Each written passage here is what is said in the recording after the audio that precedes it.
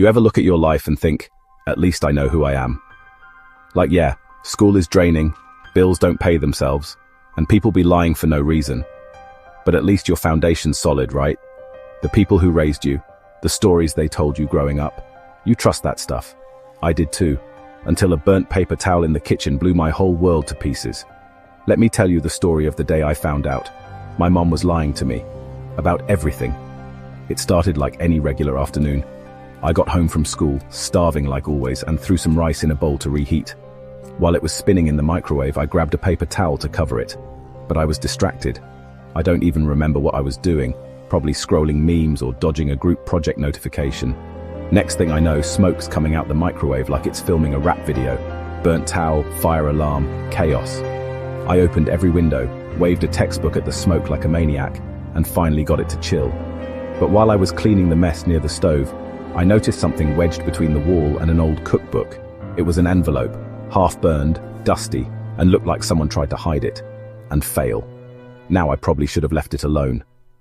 But I didn't. Inside was a letter, burnt along the edges, but the middle was mostly untouched. I could read just enough.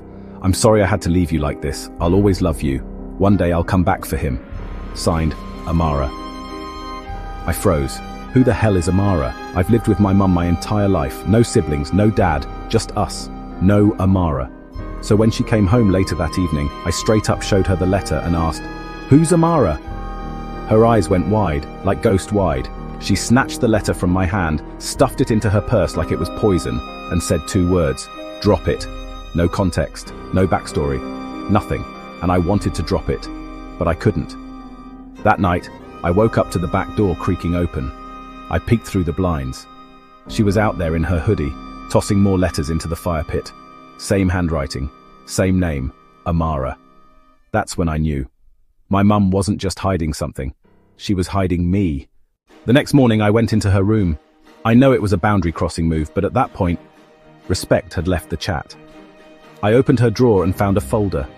Inside, some old documents, and one of them stopped me cold. My birth certificate. And under mother's name? It didn't say her name, it said Amara I. Daniels. Same signature as the letter, same name. I felt like I was floating, like nothing I knew about myself was real. When she got home, I didn't yell. I just asked, "Why doesn't it say your name?" And she sat down, quietly. She didn't even deny it.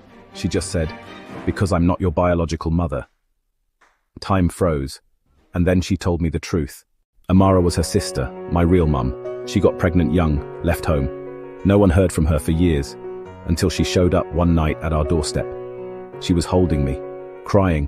She told my mum, "I can't do this, he deserves better." And she left, just like that.